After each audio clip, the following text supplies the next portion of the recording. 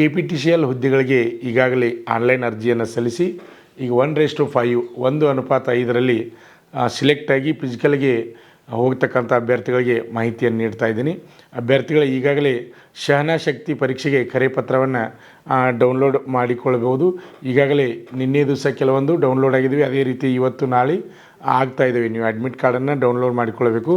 ನೀವು ಅಲ್ಲಿ ಫಿಸಿಕಲ್ಗೆ ಹೋಗಬೇಕಾದ್ರೆ, ಶಹನಶಕ್ತಿ ಪರೀಕ್ಷೆಗೆ ಹೋಗಬೇಕಾದ್ರೆ ಏನೇನು ದಾಖಲಾತಿಗಳನ್ನು ತೆಗೆದುಕೊಂಡು ಹೋಗಬೇಕು ಮತ್ತು ಏನೇನು ತೆಗೆದುಕೊಂಡು ಹೋಗದೇ ಇದ್ದರೆ ನೀವು ರಿಜೆಕ್ಟ್ ಆಗ್ತೀರಿ ಅಂತಕ್ಕಂಥ ಸಂಪೂರ್ಣ ಮಾಹಿತಿಯನ್ನು ಅಭ್ಯರ್ಥಿಗಳಿಗೆ ನಾನು ನಿಮಗೆ ತಿಳಿಸ್ಕೊಡ್ತಾ ಇದ್ದೀನಿ. ಇದು KPTCLಗೆ ಸಂಬಂಧಪಟ್ಟ ಹಾಗೆ ಈಗಾಗಲೇ ಕಿರಿಯ ಸ್ಟೇಷನ್ ಪರಿಚಾರಕ ಮತ್ತು ಕಿರಿಯ ಫೋರ್ಮನ್ ಹುದ್ದೆಗಳ ನೇಮಕಾತಿ ಆಯ್ಕೆ ವಹಿಸಿ ನೀವು ಸಲ್ಲಿಸಿರುವ ಅರ್ಜಿಗೆ ಅನುಗುಣವಾಗಿ ಕೆಲವೊಂದು ಮೂಲ ದಾಖಲಾತಿಗಳು ಮತ್ತು ಅವುಗಳ ಸ್ವಯಂ ದೃಢೀಕೃತ ಜೆರಾಕ್ಸ್ ಪ್ರತಿಗಳೊಂದಿಗೆ ಒಂದು ಸೆಟ್ ನಾವು ಏನು ಹೇಳ್ತಾ ಇದ್ವಿ, ಅಲ್ಲಿ ಏನು ನಿಮ್ಮ ಫಿಸಿಕಲ್ ನಡೀತದೆ ಅಲ್ಲಿ ಹೋಗುವಾಗ ನೀವು ಶಹನಶಕ್ತಿ ಪರೀಕ್ಷೆಗೆ ಹಾಜರಾಗುವಾಗ ಅವುಗಳನ್ನೆಲ್ಲ ತೆಗೆದುಕೊಂಡು ಹೋಗಬೇಕಾಗ್ತದೆ. ಅಭ್ಯರ್ಥಿಗಳು ಗಮನಿಸ್ಬೋದು. ಮೊದಲೇದು ಏನಪ್ಪ ಅಂದ್ರೆ ಆನ್ಲೈನ್ ಮೂಲಕ ಸಲ್ಲಿಸ್ತಕ್ಕಂಥ ಅರ್ಜಿಯ ಮುದ್ರಿತ ಪ್ರತಿ ಮತ್ತು ಅದ್ರ ಮೇಲೆ ಏನಪ್ಪ ಅಂದ್ರೆ ಇತ್ತೀಚಿನ ಪಾಸ್ಪೋರ್ಟ್ ಅಳತೆಯ ಭಾವಚಿತ್ರವನ್ನು ಅಂಟಿಸ್ಕೊಂಡು ನೀವು ಹೋಗಬೇಕಾಗ್ತದೆ. ಇದು ಮೊದಲನೇದು. ಆಮೇಲೆ ನೆಕ್ಸ್ಟ್ ಬರ್ತಕ್ಕಂಥದ್ದು ಏನಪ್ಪ ಅಂದ್ರೆ ಈ ಕರೆಪತ್ರಕ್ಕೆ ಇತ್ತೀಚಿನ ಪಾಸ್ಪೋರ್ಟ್ ಅಳತೆಯ ಭಾವಚಿತ್ರವನ್ನು ಅಂಟಿಸಿ ಒಂದು ಪ್ರತಿಯನ್ನು ಶಹನಶಕ್ತಿ ಪರೀಕ್ಷಾ ಕೇಂದ್ರದಲ್ಲಿ ಸಲ್ಲಿಸುವುದು. ಅಂದರೆ ನೀವು ಎಲ್ಲಿ ಫಿಸಿಕಲ್ಗೆ ಹೋಗ್ತೀರಿ ಅಲ್ಲಿ ಏನು ಮಾಡಬೇಕಪ್ಪ ಅಂದ್ರೆ ಅಲ್ಲಿ ಒಂದು ಪ್ರತಿಯನ್ನು ನೀವು ಅಲ್ಲಿ ಕೊಡಬೇಕಾಗ್ತದೆ. ಅದೇ ರೀತಿಯಾಗಿ ನೆಕ್ಸ್ಟ್ ಏನಪ್ಪ ಅಂದ್ರೆ ಅಭ್ಯರ್ಥಿಗಳು ಅರ್ಜಿ ಶುಲ್ಕ ಪಾವತಿಸಿರುವ ಪೋಸ್ಟಲ್ ಚಲನ ಪ್ರತಿಯನ್ನು ಸಹಿತ ನೀವು ತೆಗೆದುಕೊಂಡು ಹೋಗಬೇಕಾಗ್ತದೆ ಅಭ್ಯರ್ಥಿಗಳೇ. ಅದೇ ರೀತಿಯಾಗಿ ನೆಕ್ಸ್ಟ್ ಏನಪ್ಪ ಅಂದ್ರೆ ಕರ್ನಾಟಕ ರಾಜ್ಯದಿಂದ ಮನ್ನಣೆಯಾದ ವಿದ್ಯಾಸಂಸ್ಥೆಯಿಂದ ಪಡೆದ SSLC ಅಂದರೆ 10ನೇ ತರಗತಿ ಪಟ್ಟಿಯನ್ನು ಸಹಿತ ನೀವು ಒರಿಜಿನಲ್ ಆಗಿ ತೆಗೆದುಕೊಂಡು ಹೋಗಬೇಕಾಗ್ತದೆ. ಅದರ ಜೊತೆ ಏನಪ್ಪ ಅಂದ್ರೆ ಜೆರಾಕ್ಸ್ ಕಾಪಿಗಳನ್ನು ಸಹಿತ ತೆಗೆದುಕೊಂಡು ಹೋಗಬೇಕಾಗ್ತದೆ. ಅಭ್ಯರ್ಥಿಗಳಿಗೆ ನಿಮ್ಗೆ ಗೊತ್ತಿರಲಿ ಇನ್ನೊಂದು ಏನಪ್ಪ ಅಂದ್ರೆ ನಿರಾಕ್ಷೇಪಣಾ ಪತ್ರ ಅಂದರೆ ನೋ ಅಬ್ಜೆಕ್ಷನ್ ಸರ್ಟಿಫಿಕೇಟ್. ಸರ್ಕಾರಿ ಸೇವೆಯಲ್ಲಿರುವ ಅಭ್ಯರ್ಥಿಗಳಿಗೆ ಮಾತ್ರ ಇದು ನೋ ಅಬ್ಜೆಕ್ಷನ್ ಸರ್ಟಿಫಿಕೇಟ್ ಬರ್ತದೆ. ಉಳ್ದನವ್ರಿಗೆ ಏನು ಸಂಬಂಧ ಇರೋದಿಲ್ಲ. ಈಗಾಗಲೇ ಸರ್ಕಾರಿ ಜಾಬ್ ಯಾರು ಮಾಡ್ತಿರ್ತಾರೆ ಅವ್ರು ನೋ ಅಬ್ಜೆಕ್ಷನ್ ಸರ್ಟಿಫಿಕೇಟನ್ನು ಸಂಬಂಧಪಟ್ಟ ಅಧಿಕಾರಿಗಳ ಹತ್ರ ತೆಗೆದುಕೊಂಡು ಹೋಗಬೇಕಾಗ್ತದೆ. ಅದೇ ರೀತಿಯಾಗಿ ಮಾಜಿ ಸೈನಿಕರಾಗಿದ್ದಲ್ಲಿ ಸೇವೆಯಿಂದ ಬಿಡುಗಡೆ ಹೊಂದಿರುವುದಕ್ಕಾಗಿ ಪ್ರಮಾಣಪತ್ರ ಅಂದರೆ ಡಿಸ್ಚಾರ್ಜ್ ಸರ್ಟಿಫಿಕೇಟ್, PPO ಪುಸ್ತಕ ಮತ್ತು ಮಾಜಿ ಸೈನಿಕರ ಗುರುತಿನ ಚೀಟಿಯನ್ನು ಸಹಿತ ಇಲ್ಲಿ ಎಕ್ಸ್ ಸರ್ವಿಸ್ಮ್ಯಾನ್ ಮಾಜಿ ಸೈನಿಕರು ತೆಗೆದುಕೊಂಡು ಹೋಗಬೇಕಾಗ್ತದೆ. ಅದೇ ರೀತಿಯಾಗಿ ಗ್ರಾಮೀಣ ಮೀಸಲಾತಿ ಬಯಸಿದಲ್ಲಿ 1ನೇ ತರಗತಿಯಿಂದ 10ನೇ ತರಗತಿವರೆಗೆ ಗ್ರಾಮೀಣ ಪ್ರದೇಶದಲ್ಲಿ ವ್ಯಾಸಂಗ ಮಾಡಿದವರು ಇದ್ರಿಪ್ಪ ಅಂದ್ರೆ ನೀವೇನಪ್ಪ ಅಂದ್ರೆ ದೃಢೀಕರಿಸಿರ್ತಕ್ಕಂಥ ಪ್ರಮಾಣಪತ್ರವನ್ನು ಸರ್ಕಾರಿ ಆದೇಶ ಸಂಖ್ಯೆ ಪ್ರಕಾರ ಗ್ರಾಮೀಣ ಮೀಸಲಾತಿ ಕೋರಿದಂಥ ಅಭ್ಯರ್ಥಿಗಳು ಪ್ರಸ್ತುತ ಚಾಲ್ತಿಯಲ್ಲಿರುವ ನಿಯಮ ರೀತ್ಯ 1ರಿಂದ 10ನೇ ತರಗತಿವರೆಗೆ ಗ್ರಾಮೀಣ ಮೀಸಲಾತಿಗೆ ಒಳಪಡುವ ಪ್ರದೇಶಗಳಲ್ಲಿ ವ್ಯಾಸಂಗ ಮಾಡಿ ಉತ್ತೀರ್ಣರಾಗಿರ್ತಕ್ಕದ್ದು ಮತ್ತು ಗ್ರಾಮೀಣ ಅಭ್ಯರ್ಥಿಗಳೆಂದು ಮೀಸಲಿರುವ ಹುದ್ದೆಗಳಿಗೆ ಆಯ್ಕೆ ಬಯಸುವ ಅಭ್ಯರ್ಥಿಗಳು ನಮೂನೆ 2 ಸಂಬಂಧಪಟ್ಟ ಕ್ಷೇತ್ರ ಅಧಿಕಾರಿಯವರ ಮೇಲೂ ರುಜುವೊಂದಿಗೆ ಹಾಗೂ ಸಾಮಾನ್ಯ ವರ್ಗದ ಅಭ್ಯರ್ಥಿಗಳು ಗ್ರಾಮೀಣ ಮೀಸಲಾತಿ ಬಯಸಿದಲ್ಲಿ ಮೇಲ್ಸ್ತರಕ್ಕೆ ಸೇರಿಲ್ಲದಿರುವ ಬಗ್ಗೆ ನಮೂನೆ 1ರಲ್ಲಿ ಪ್ರಮಾಣಪತ್ರವನ್ನು ಕಡ್ಡಾಯವಾಗಿ ಸಂಬಂಧಿಸಿದ ತಹಸೀಲ್ದಾರ್ ಅವರಿಂದ ಪಡೆದು ಹಾಜರುಪಡಿಸತಕ್ಕದ್ದು. ನೆಕ್ಸ್ಟ್ ಏನಪ್ಪ ಅಂದರೆ ಯೋಜನಾ ನಿರಾಶ್ರಿತ ಮೀಸಲಾತಿ ಬಯಸಿ ಅರ್ಜಿ ಸಲ್ಲಿಸುವವರು ಸಂಬಂಧಪಟ್ಟ ಪ್ರಾಧಿಕಾರದಿಂದ ನಿಗದಿತ ನಮೂನೆಯಲ್ಲಿ ಪಡೆದಿರುವ ಪ್ರಮಾಣಪತ್ರವನ್ನು ತೆಗೆದುಕೊಂಡು ಹೋಗಬೇಕಾಗ್ತದೆ. ಅದೇ ರೀತಿಯಾಗಿ ನೆಕ್ಸ್ಟ್ ಬರ್ತಕ್ಕಂಥದ್ದು ಏನಪ್ಪ ಅಂದರೆ ಕಲ್ಯಾಣ ಕರ್ನಾಟಕ ಮೀಸಲಾತಿ ಅಂದರೆ HK ಬಯಸಿದಲ್ಲಿ ಸಕ್ಷಮ ಪ್ರಾಧಿಕಾರದಿಂದ ನೀಡಲ್ಪಟ್ಟಂಥ ಪ್ರಮಾಣಪತ್ರವನ್ನು ಸಹಿತ ನೀವು ತೆಗೆದುಕೊಂಡು ಹೋಗಬೇಕಾಗ್ತದೆ. ಅದೇ ರೀತಿಯಾಗಿ ನೆಕ್ಸ್ಟ್ ವಿಕಲಚೇತನ ಅಭ್ಯರ್ಥಿಯಾದಲ್ಲಿ ಮೆಡಿಕಲ್ ಬೋರ್ಡ್ನಿಂದ ನೀಡಲ್ಪಟ್ಟಂಥ ಡಿಸಬಿಲಿಟಿ ಸರ್ಟಿಫಿಕೇಟ್, UDID ಕಾರ್ಡ್ ಮತ್ತು ಆಡಿಯೋಮೆಟ್ರಿ ರಿಪೋರ್ಟನ್ನು ನೀವೇನು ಮಾಡಬೇಕಪ್ಪ ಅಂದ್ರೆ ತೆಗೆದುಕೊಂಡು ಹೋಗಬೇಕಾಗ್ತದೆ. ಅದೇ ರೀತಿಯಾಗಿ ನೆಕ್ಸ್ಟ್ ಕನ್ನಡ ಮಾಧ್ಯಮ ವ್ಯಾಸಂಗ ಮೀಸಲಾತಿ ವಯಸ್ಸಲ್ಲಿ 1ನೇ ತರಗತಿಯಿಂದ 10ನೇ ತರಗತಿಯವರೆಗೆ ಕನ್ನಡ ಮಾಧ್ಯಮದಲ್ಲಿ ವ್ಯಾಸಂಗ ಮಾಡಿರೋದಕ್ಕೆ ಸಕ್ಷಮ ಪ್ರಾಧಿಕಾರದಿಂದ ನೀಡಲ್ಪಟ್ಟಂಥ ಪ್ರಮಾಣಪತ್ರವನ್ನು ನೀವು ತೆಗೆದುಕೊಂಡು ಹೋಗಬೇಕಾಗ್ತದೆ. ಅದೇ ರೀತಿಯಾಗಿ ನೆಕ್ಸ್ಟ್ ಬರ್ತಕ್ಕಂಥದ್ದು ಏನಪ್ಪ ಅಂದ್ರೆ ತೃತೀಯ ಲಿಂಗ ಅಭ್ಯರ್ಥಿಯಾದಲ್ಲಿ ಸಂಬಂಧಪಟ್ಟ ಜಿಲ್ಲಾ ಮ್ಯಾಜಿಸ್ಟ್ರೇಟ್ ಇವರಿಂದ ನಿಗದಿತ ನಮೂನೆಯಲ್ಲಿ ನೀಡಲ್ಪಟ್ಟ ಪ್ರಮಾಣಪತ್ರವನ್ನು ಸಹಿತ ತೆಗೆದುಕೊಂಡು ಹೋಗಬೇಕಾಗ್ತದೆ. ಅದೇ ರೀತಿಯಾಗಿ ನೆಕ್ಸ್ಟ್ ಏನಪ್ಪ ಅಂದ್ರೆ ಅರ್ಜಿ ಸಲ್ಲಿಸಲು ಗರಿಷ್ಠ ವಯೋಮಿತಿಯಲ್ಲಿ ಸಡಿಲಿಕೆ ಪಡೆದಿರೋಂಥ ವಿಧವಾ ಅಭ್ಯರ್ಥಿಗಳು ಸಕ್ಷಮ ಪ್ರಾಧಿಕಾರದಿಂದ ನೀಡಲ್ಪಟ್ಟಂಥ ವಿಧವಾ ಪ್ರಮಾಣಪತ್ರವನ್ನು ಸಹಿತ ತೆಗೆದುಕೊಂಡು ಹೋಗಬೇಕಾಗ್ತದೆ. ಅದೇ ರೀತಿಯಾಗಿ ಸಂಬಂಧಪಟ್ಟ ತಹಸೀಲ್ದಾರ್ ಅವರಿಂದ ಪಡೆದಿರುವ ಜಾತಿ ವರ್ಗದ ಪ್ರಮಾಣಪತ್ರವನ್ನು ಸಹಿತ ಆದಾಯ ಪ್ರಮಾಣಪತ್ರ, ಜಾತಿ ಮತ್ತು ಆದಾಯ 2 ಪ್ರಮಾಣಪತ್ರವನ್ನು ತೆಗೆದುಕೊಂಡು ಹೋಗಬೇಕಾಗ್ತದೆ. ಅದೇ ರೀತಿಯಾಗಿ ನೆಕ್ಸ್ಟ್ ಬರ್ತಕ್ಕಂಥದ್ದು ಏನಪ್ಪ ಅಂದ್ರೆ ಸರ್ಕಾರಿ ವೈದ್ಯಾಧಿಕಾರಿಗಳಿಂದ ನಿಗದಿತ ನಮೂನೆಯಲ್ಲಿ ಪಡೆಯಲಾಗಿರುವ ದೈಹಿಕ ಸಾಮರ್ಥ್ಯ ಪ್ರಮಾಣಪತ್ರ ಅಂದರೆ ಫಿಸಿಕಲ್ ಫಿಟ್ನೆಸ್ ಸರ್ಟಿಫಿಕೇಟನ್ನು ಸಹಿತ ನೀವು ತೆಗೆದುಕೊಂಡು ಹೋಗಬೇಕಾಗ್ತದೆ. ಅದೇ ರೀತಿಯಾಗಿ ನೆಕ್ಸ್ಟ್ ಏನಪ್ಪ ಅಂದ್ರೆ ಸರ್ಕಾರದಿಂದ ನೀಡಲಾಗಿರುವ ಭಾವಚಿತ್ರವಿರುವ ಮೂಲ ಗುರುತಿನ ಚೀಟಿ, ಉದಾಹರಣೆ ಏನಪ್ಪ ಅಂದ್ರೆ ಎಲೆಕ್ಷನ್ ID ಆಗಿರ್ಬೋದು, ಅಥವಾ DL ಲೈಸೆನ್ಸ್ ಆಗಿರ್ಬೋದು, ಅಥವಾ ಆಧಾರ್ ಕಾರ್ಡ್ ಆಗಿರ್ಬೋದು, ಅಥವಾ ರೇಷನ್ ಕಾರ್ಡ್ ಆಗಿರ್ಬೋದು, ಇತರೆ ನಿಮಗೇನಪ್ಪ ಅಂದ್ರೆ ಗುರುತಿನ ಚೀಟಿ, ನಿಮ್ಮ ಭಾವಚಿತ್ರ ಇರ್ತಕ್ಕಂಥ ಆಧಾರ್ ಕಾರ್ಡವನ್ನು ಏನಾದರೂ ಒಂದು ನೀವು ತೆಗೆದುಕೊಂಡು ಹೋಗಬೇಕಾಗುತ್ತೆ ಗುರುತಿನ ಚೀಟಿಯ ಸಲುವಾಗಿ. ನೆಕ್ಸ್ಟ್ ಏನಪ್ಪ ಅಂದ್ರೆ ಅಭ್ಯರ್ಥಿಗಳಿಗೆ ಈಗಾಗಲೇ ನಿಮ್ಗೆ ಗೊತ್ತು ಏನಪ್ಪ ಅಂದ್ರೆ ಸಹನಶಕ್ತಿ ಫಿಸಿಕಲ್ ಟೆಸ್ಟ್ನಲ್ಲಿ ಏನೇನು ತೆಗೆದುಕೊಳ್ತಾರೆ ಅಂತಕ್ಕಂಥ ಮಾಹಿತಿ ನಿಮ್ಗೆ ಈಗಾಗಲೇ ಗೊತ್ತು. ಆದರೂ ಆ ಮಾಹಿತಿ ಪ್ರಕಾರ ನಾನು ನಿಮ್ಗೆ ಹೇಳ್ತಾ ಇದ್ದೀನಿ. ಮೊದಲೇದೇನಪ್ಪ ಅಂದ್ರೆ ವಿದ್ಯುತ್ ಕಂಬವನ್ನು ಹತ್ತೋದು, ಕ್ರಾಸ್ ಆರ್ಮ್ ಮುಟ್ಟುವುದು ಮತ್ತು ಕೆಳಗೆ ಇಳಿಯೋದು. ಕ್ರಾಸ್ ಆರ್ಮನ್ನು ಮುಟ್ಟಿ ಕೆಳಗೆ ಇಳಿಬೇಕು.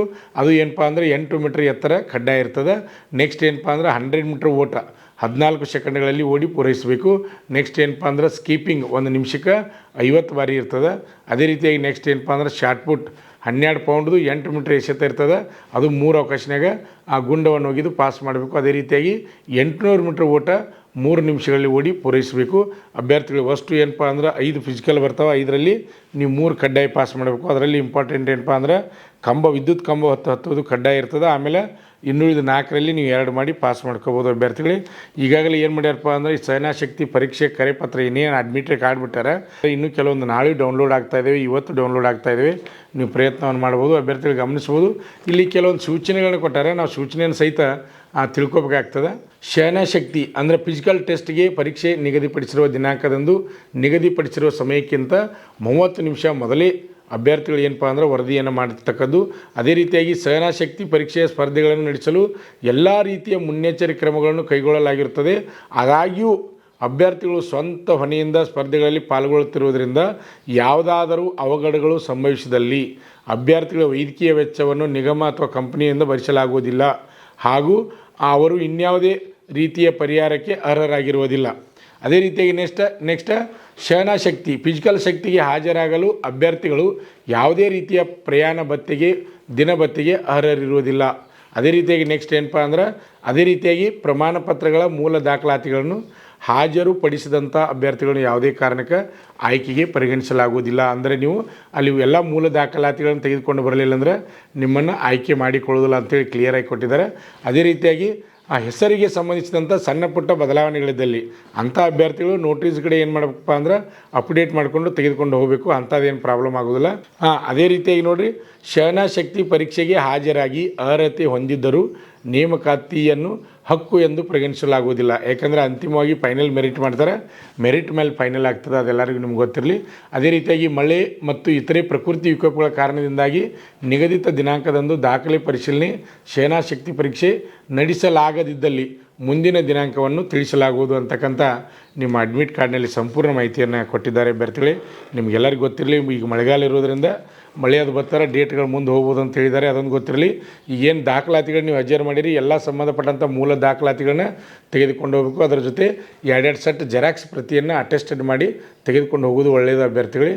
ಅದೇ ರೀತಿ ಅಲ್ಲಿ ಬಿದ್ದು ಏನಾದರೂ ಪೆಟ್ಟಾದರೆ ಅದರ ಜವಾಬ್ದಾರಿ ನೀವೇ ಇರ್ತೀರಿ ಅಂತಕ್ಕಂಥ ಮಾತನ್ನು ಸಹಿತ ಈಗ ಅಡ್ಮಿಟ್ ಕಾರ್ಡ್ನಲ್ಲಿ ಬಿಟ್ಟಿದ್ದಾರೆ ಅಭ್ಯರ್ಥಿಗಳೇ. ಆದ್ದರಿಂದ KPTCLಗೆ ನೀವು ಸೇರಬೇಕು ಅಂತಕ್ಕಂಥ ಕನಸನ್ನು ಹೊತ್ತಂಥ ಅಭ್ಯರ್ಥಿಗಳು ಎಲ್ಲ ಇನ್ಕತನ, ಯಾಕಂದ್ರೆ ಪ್ರಾಕ್ಟೀಸ್ ಮಾಡಿರಿ, ಕಂಬ ಹತ್ತೋದಾಗಿರ್ಬೋದು, ಪ್ರತಿಯೊಂದು 5 ಐಟಮ್ಗಳನ್ನ ಪ್ರಾಕ್ಟೀಸ್ ಮಾಡಿರಿ. ಈಗ ನೀವು ಕಂಡಂಥ KPTCL ಜಾಬನ್ನು ಹಿಡಿಯಲು ಕಂಡಂಥ ಕನಸು ನನಸಾಗಲಿ ಅಭ್ಯರ್ಥಿಗಳೇ. ಈ ವಿಡಿಯೋ ನಿಮ್ಮ ಸ್ನೇಹಿತರಿಗೂ ಶೇರ್ ಮಾಡಿ.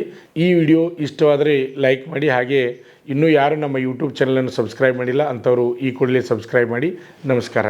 ಆತ್ಮೀಯ ಸ್ಪರ್ಧಾರ್ಥಿಗಳಿಗೆ, KPTCL ಲೈಮನ್ ಹುದ್ದೆಗಳಿಗೆ ನಮ್ಮ ಸಂಸ್ಥೆಯಲ್ಲಿ ಪೂರ್ವಭಾವಿಯಾಗಿ ಫಿಸಿಕಲ್ ತರಬೇತಿ ಕೊಡಲಾಗುವುದು. 8 ಮೀಟರ್ ವಿದ್ಯುತ್ ಕಂಬವನ್ನು ಹತ್ತುವುದು, 1 ನಿಮಿಷದಲ್ಲಿ 50 ಸ್ಕಿಪ್ಪಿಂಗ್ ಹೊಡೆಯುವುದು, 12 ಪೌಂಡ್ ಶಾರ್ಟ್ ಪುಟ್ 8 ಮೀಟರ್ ಅಂತರದಲ್ಲಿ ಎಸೆಯಬೇಕು, ಅಂದರೆ ಗುಂಡೆಸೆತ. 100 ಮೀಟರ್ ರನ್ನಿಂಗ್ 14 ಸೆಕೆಂಡ್ಗಳಲ್ಲಿ ಓಡಬೇಕು ಮತ್ತು 800 ಮೀಟರ್ ಓಟವನ್ನು 3 ನಿಮಿಷದಲ್ಲಿ ಓಡಿ ಪೂರೈಸಬೇಕು. ಫಿಸಿಕಲ್ 5ರಲ್ಲಿ ಕಂಪಲ್ಸರಿ 3 ಪಾಸ್ ಮಾಡಲೇಬೇಕು. ಅದರಲ್ಲಿ ವಿದ್ಯುತ್ ಕಂಬವನ್ನು ಹತ್ತುವುದು ಕಡ್ಡಾಯವಾಗಿರುತ್ತದೆ. ಇದರಲ್ಲಿ ಇನ್ನೊಂದು ವಿಶೇಷವೆಂದರೆ ಪುರುಷ ಹಾಗೂ ಮಹಿಳೆಯರು ಮತ್ತು ಎಕ್ಸ್ ಸರ್ವಿಸ್ಮ್ಯಾನ್ ಹಾಗೂ ಮಂಗಳಮುಖಿ ಎಲ್ಲರಿಗೂ ಫಿಸಿಕಲ್ ಸಮಾನವಾಗಿರುತ್ತದೆ. ಯಾವುದೇ ರೀತಿಯ ಬದಲಾವಣೆ ಇರುವುದಿಲ್ಲ.